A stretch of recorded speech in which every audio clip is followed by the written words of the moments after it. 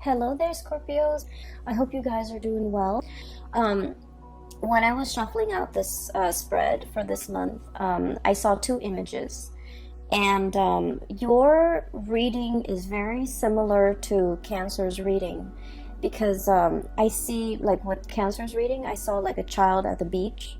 With your reading, I see a woman at the beach. Okay, so I feel like the energy might be a continuation or might be very similar thematically, and it also might be echoing the same types of themes. Okay, so let me just talk to you about the images first. I feel like there are two images, but they're both echoing the same theme. And so the words that came out is unwanted attention, unwanted, like solicitors or just people coming at you, and you're just like, no, I'm not ready, or I don't really want that. So that's coming in. So the first image that I saw is I see a nice beachy scenery. It's really beautiful. It's really serene. It's not too hot, not too cold. There's wind blowing, so you get a little bit of a sea breeze. And I see this beach, and right at the shore, okay, so right where the water hits the beach, there's a woman. She's got her water shoes on, and she's jogging. Like, she's jogging. She enjoys the sea breeze. She's just there on her own. She just wants to be left alone, and she's jogging. um she has her headphones on, right? And then I see her jogging for a really long while. She has stamina. She has, the strength to continue on. And then I see this young man. He's like he's wearing like board shorts. He's on a bike, one of those trick bikes that a lot of young men or young or teenagers ride, and they do like wheelies and they do, tricks. So he's on one of those. He sees her, and then he's like biking alongside her, trying to get her attention, trying to talk to her. So keep in mind, this woman's got her headphones on or earphones on, and she's running. She's just minding her own business. He comes in, like literally swoops in, and tries to engage her in conversation. And she knows that he's interested in her, but she's like answering some of the questions, but she doesn't stop. She keeps going. And then the scene kind of cuts out, so I don't know if he leaves her alone or what, but I feel like she keeps going, and he's like still biking alongside her. So when I saw this, I was like, you're definitely getting a lot of attention from your environment. Some of it could be unwanted attention, getting a lot of suitors, getting a lot of people wanting to be around you, and especially people who are popping out of the woodworks. They scope you from afar, and then they kind of beeline it for you. And they might interfere with your schedule. They might interfere with your time. They might interfere with your alone time more than anything, because I feel like this woman is not getting the alone time that she needs, okay? And then the second image that I saw is very similar. I see this woman in her backyard. She's got a yoga mat on the ground, and she's like, in the lotus position, trying to meditate, working on her breathing techniques, trying to clear her head. And it seems like it's like on a Sunday in the morning. She's, got the day to herself. She's in no rush, so she's just meditating. And this butterfly comes by, and it's like fluttering near her, and she sees it. And then she closes her eyes, just, so she doesn't get distracted. And then it hovers around her ears, and then her nose, and then her head. And she doesn't swat it away. She tries to ignore it. She tries to it's not doing anything malicious or mean towards her. So she tries to just ignore it. And yet it keeps hovering around her space, and you can see her getting distracted. Okay, so those are the two images that I'm seeing in your environment. And once again, going with the theme of unwanted attention, I've already mentioned that I just feel like a lot of people will be demanding your attention. Situations will demand your attention. I do see a lot of distractions coming in from family members, okay? And you guys are kind of like the pillar of stability in your family unit, okay? You're the one that other people come to for advice. You guys give very, very good advice.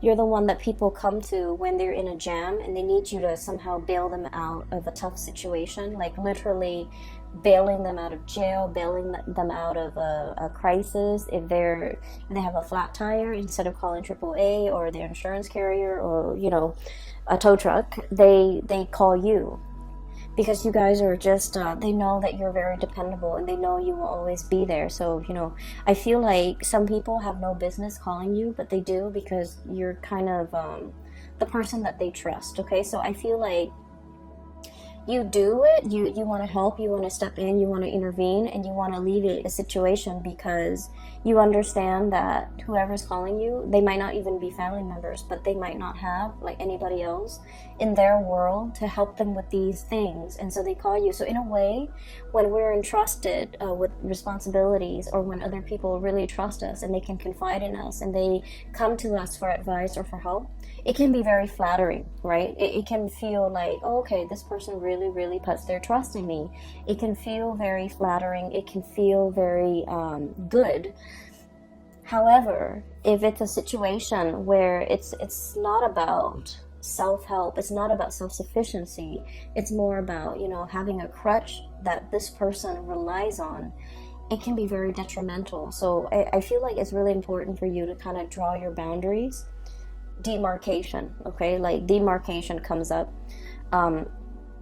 It's really important for you to focus that time on self-care, self-help, and teaching somebody how to do something versus coming to their rescue every single time. So I feel like we need to kind of look at a situation a little bit more objectively and leave our feelings out of it, and to figure out, you know, why is this person relying on me for these things, you know? Shouldn't they have somebody in their lives that they can ask for help, or shouldn't they learn to be self-sufficient? Call a tow truck, call a, you know, and not a lot of people have the resources to call a tow truck, to call like an insurance company, to call like a mechanic, okay? Not a lot of people have those luxury and just the resources. And so I feel like on an innate level, you understand that they've fallen on some hard times and they need to get back on their feet. So you try to do everything that you can to help a situation. But I feel like it's not just something as straightforward and as clear cut as like getting a flat tire and they're calling you. I feel like it's an emotional response. It's an emotional crutch. It's an emotional way of doing and pattern that they are repeating, where they can't really take care of themselves.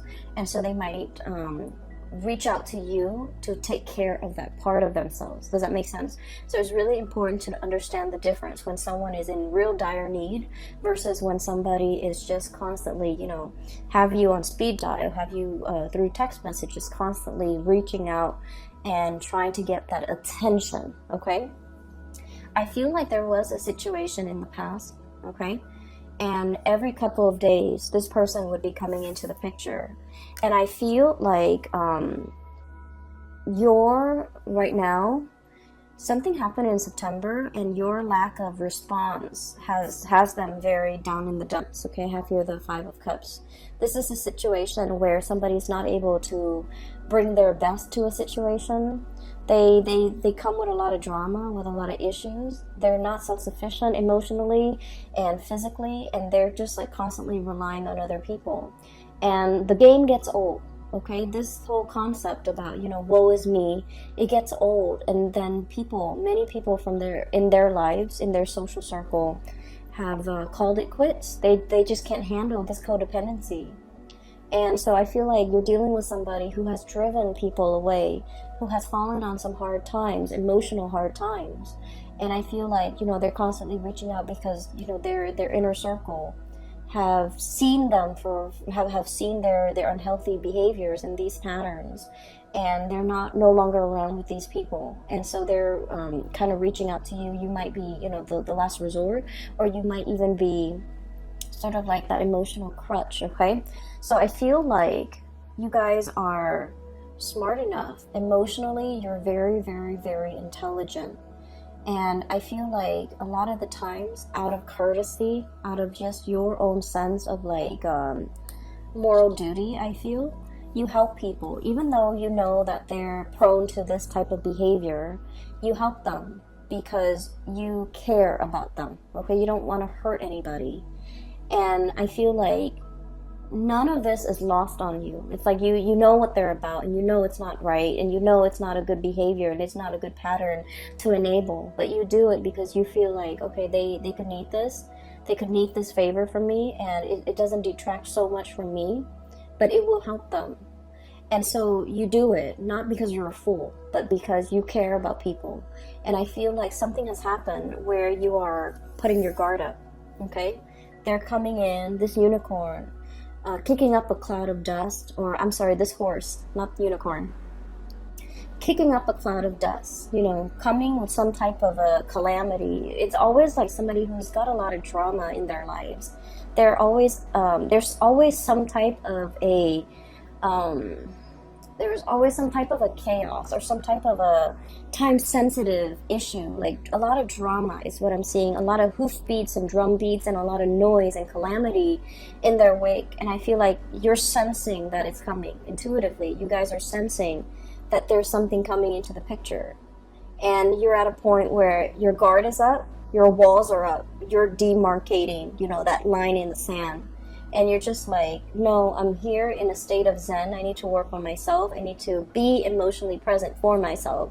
I'm not in a position to help you. And in the process of, I feel, withdrawing, you know, withdrawing the attention, withdrawing the love and the affection, and just not wanting to engage with this person anymore, and not wanting to, you know, feed into this, okay, and creating this enabling behavior or even this pattern of codependency. I feel like they might have lashed out and they might have said like a lot of hurtful things. So we have here the Five of Swords, and this is a situation where too much has been said. This is the aftermath of some type of a conflict, okay? The house is destroyed. There's smoke rising from the air. The earth is barren. And this person, rather than feeling remorse, they're like, it is what it is. You know, you hurt me, I hurt you. You withdraw affection from me, I withdraw affection from you. And I will decimate or desecrate everything that's in my way. So I feel like you're dealing with someone who's, the word spoil comes out, and needy and spoiled, and someone who wants to win at all costs, okay? They don't care that the village, the civilization gets destroyed. They just want to have it their way, and they want to come out the winner.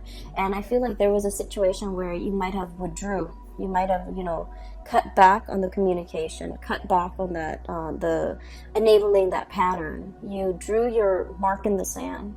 And I feel like somebody was not happy, and I feel like they might have tried to egg you on, or they might have tried to, you know, do a lot of things for attention getting, okay? Reverting to like childish behavior, attention getting, and things like that.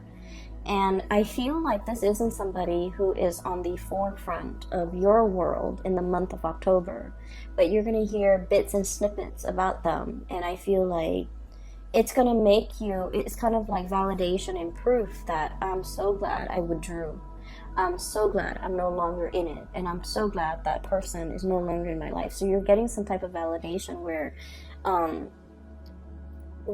your intuition was telling you all along to kind of like, you know, put an end to this, sever the situation, cut ties. And I felt like you cared about them. You don't want to hurt anybody. And so you kind of let it, you know, drag on. And then whenever you put a stop to it, you're getting immediate validation, especially for the month of October 2019, that it was the right thing to do. I did it at the right time, because, you know, they kind of spiral out of control. I'm seeing this spiral of smoke, and I feel like there is somebody who's not able, when they're not able to get the attention that they want, they revert to, you know, very self-defeating behaviors, okay? On the flip side of this, I do feel like there is a situation here where you have people at your doorstep, people coming in, getting, you know, getting like a host of invitation, receiving a host of invitation to do things, as well as getting people to come into your house, into your space, sharing space with somebody. And I'm also hearing the word like communion.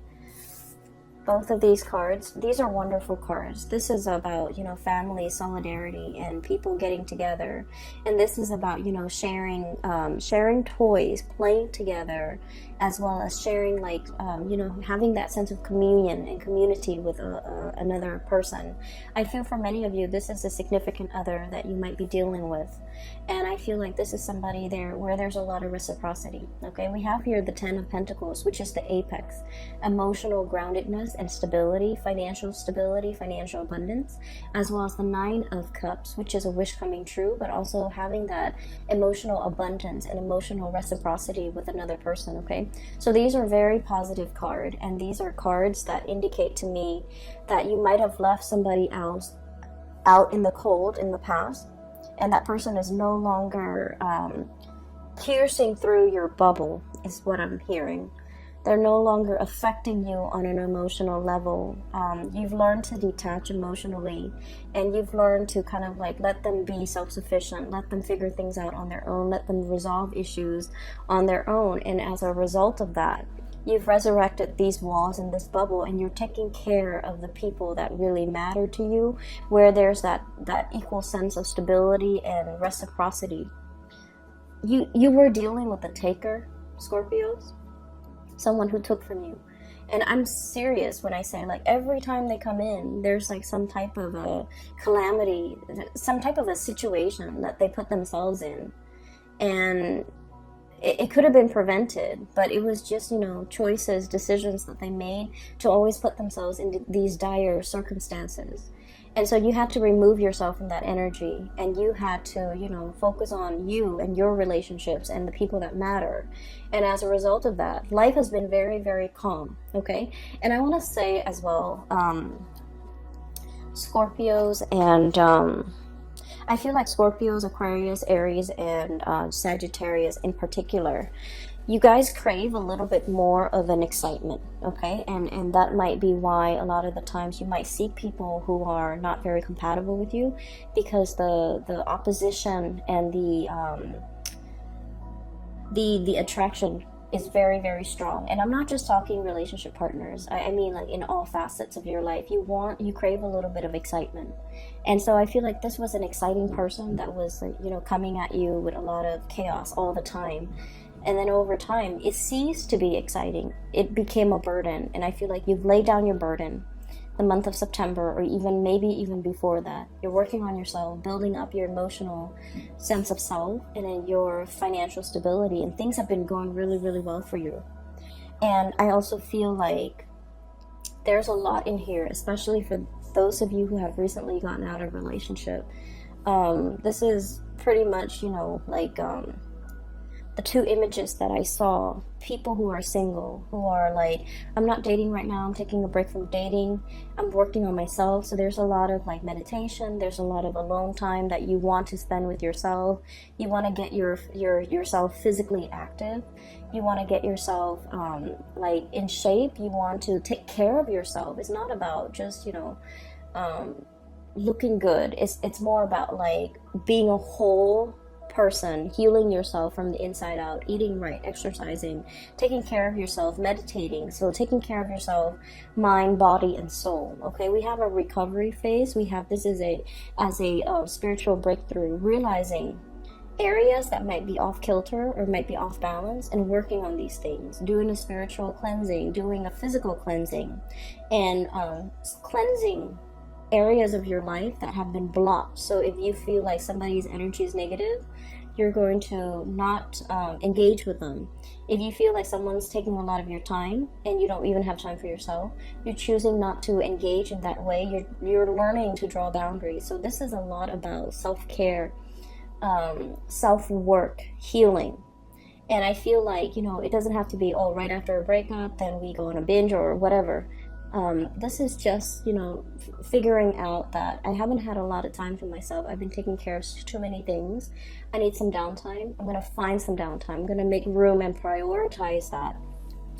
And I feel like for some of you, there might have been like some I'm seeing like food allergies. I'm seeing like issues when it comes to digestions as well, because this is really prone to overeating as well. Okay, so I feel like you might be doing a cleanse. You might be doing some type of a dietary change, and you're taking it one step at a time. Okay, so testing the waters, doing things in moderation, not doing things in excess. And I feel like this is all areas of your life. And so what I'm sensing as well is there's a situation here where you're very much focused on that, and vibrationally and spiritually you're on a very, very high level. You're aware of what you need to do, and you're aware of the behaviors from other people that have not been conducive for healing and for, you know, really spending time with yourself. And so you're on this path, on this journey here towards self-care. Learning to put yourself first, learning to, you know, understanding, I feel that just because we love somebody, it doesn't mean we want to enable bad behaviors. Okay, it's not about calling people out on it and being mean. It's just about detaching yourself from things that are not good for you and focusing on self-care. And when we are focused solely on self-care, we are ascending. And I feel like your vibration is really high, and a lot of people energetically, they feel that, and they do cling on to you. And that's why you're going to be getting a lot of unwanted attention from suitors, from people around you, from people that want to, you know, take up your time, that want to be in your company. And I feel like they might not do it in an appropriate way. I mean, if you look at that first image, right, she's got her earphones on. She doesn't want to have a conversation. She's at the beach, she's running. And the guy just keeps pestering her. Okay, so it's like, it's very inconsiderate, and it's like clueless, not being able to, he's not able to read the social cues. She's trying to be nice, and we don't know how the scene ends, but she's trying to be nice, and he's not getting it. So I feel like you need to be a lot more expressive with your emotional needs, Scorpios, and you need to, you know, kind of let people know whether or not they are infringing upon your space, or your energy, okay, and whether or not they're really taking from you. So that's like pretty much the first 6 cards, okay. What I do sense here is there's a situation. I feel like there's like an undertaking that is very, very big, okay. We have here the Temperance card, and this is a card about moderation, small steps, one foot in front of the other, and we keep walking, okay. So it's like doing something, and the Temperance card it's about holding back a little bit, doing things in a very methodical manner. And so what we're seeing is, you know, the angel pouring the water from the 2 cups, right, one cup into the other. It has to be done in a very meticulous manner, in the right time, in the right fashion, so that the water doesn't spill out. So there's something that requires a lot of calculation. It requires a lot of research. It requires a lot of thinking over, mulling over, trying to figure things out, trying to itemize, trying to like get all the moving parts all lined up into place so that everything moves at the same time. So I feel like there's a big undertaking, a big endeavor. It's linked up here with the High Priestess, and both of these are major arcana cards. And I feel like there's a situation here where you are very, very nervous, you're very trepidatious, you're very like, I wonder if it's the right time. I wonder if I should do this today or tomorrow. And I feel like you're trying to go with your gut instinct, okay? You guys have like a really strong sixth sense about you. Even if you don't believe in, you know, metaphysical teachings, or even if you don't meditate, you guys have a very, very strong sense of like intuition, divine timing, knowing when something is right. And I feel like you always have you have relied on it, and you might not have even called it your gut instinct. You might have not even called it, you know, your intuition. But I feel like you always know whether or not to do something or whether or not to cut somebody off. Hence, you were able to cut somebody off at the right time before they drag you down. And I feel like you start to realize that I really need to trust my intuition a lot more. And I have a friend who is an Aries with a Scorpio rising, and she has told me that She always has like an inkling about people, about things, and every time she goes against her instinct, bad things happen. So she said that, okay? And so I feel like you live with this, okay? You have this really strong sense of knowing on a gut level, and you have never been wrong. And every time you choose not to listen to it, bad things might have happened. And so you're in this situation where there is a major, major, major undertaking. It might deal with contracts as well, because the high priestess with that Torah in her hands, it deals with like legality, it deals with contracts, it deals with learning, it deals with like some major, major event where it might even involve other people. And so you're trying to be calculated about this. You're trying to figure out when is the right time, and you're trying to look at it's sort of like looking at the stars and trying to see when the stars align. In this picture, you don't have the star, okay? All you see is the moon. And it's like, it's so overwhelming, and you're just like, I don't know if I can trust my intuition. I want this really badly. So I don't know if I'm biased. I don't know if I'm able to trust it. But I feel like the stars are calling. The stars are aligned, and this is the right time. And I feel you might have some spiritual hunches, people in the spiritual realm pushing a situation along and telling you, you can't wait on this any longer. You need to kind of push for it. The tides are coming in, and you need to just, ride with the tides. So I feel like there's a situation here you have been kind of resisting because you're not 100% sure. And I feel that it's time for you to take those small steps, see where it leads you, and then you're going to get some type of validation that it is the right path, it is the right way. Because I see you mulling over the situation. And water signs in general take a really, really long time for their emotional state to kind of match up with their mental or physical space. So like you might feel like, oh, physically I'm okay with it, but then emotionally you're not. So you have to like wait for everything to catch up, everything to be in sync before things start moving, before you make those actions. And so I feel like there was a situation you've been thinking over for the past 3 months, for the past 3 weeks, even 4 months, 4 weeks, whatever it is.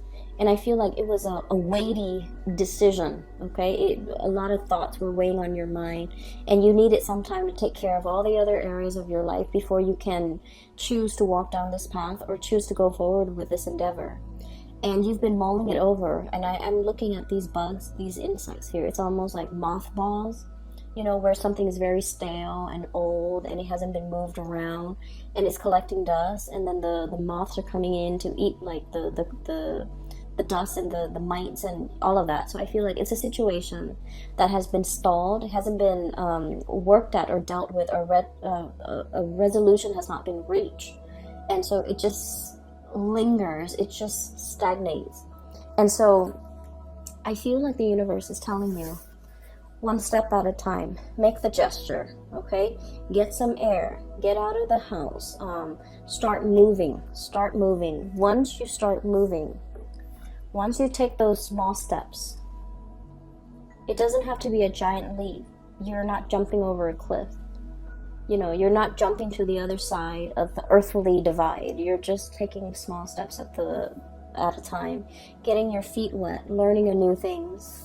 And I feel that you're going to come to the resolution, or you're going to come to the realization that this is the right thing to do. It's just a matter of trusting that your intuition, I feel like your intuition is a little bit blocked off because you might be scared, and you're not deferring to, the right set of advice or whatever you're getting from your intuition. And so there's a situation here. It's a huge undertaking, and it needs to be done. And, one step at a time, one small step at a time. And once you start to get the ball rolling in that direction, you're going to realize that this is the right path, okay? Everything else looks really, really good. Relationship seems to me to be very strong.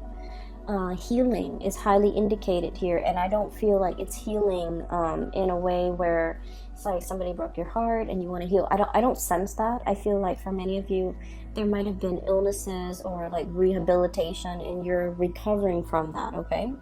And then I'm also feeling like a huge undertaking that you're you have been hesitant about, and now is the right time for you to keep things moving. Okay, I do hope the reading is helpful for you guys, and it is really nice to reconnect with you guys.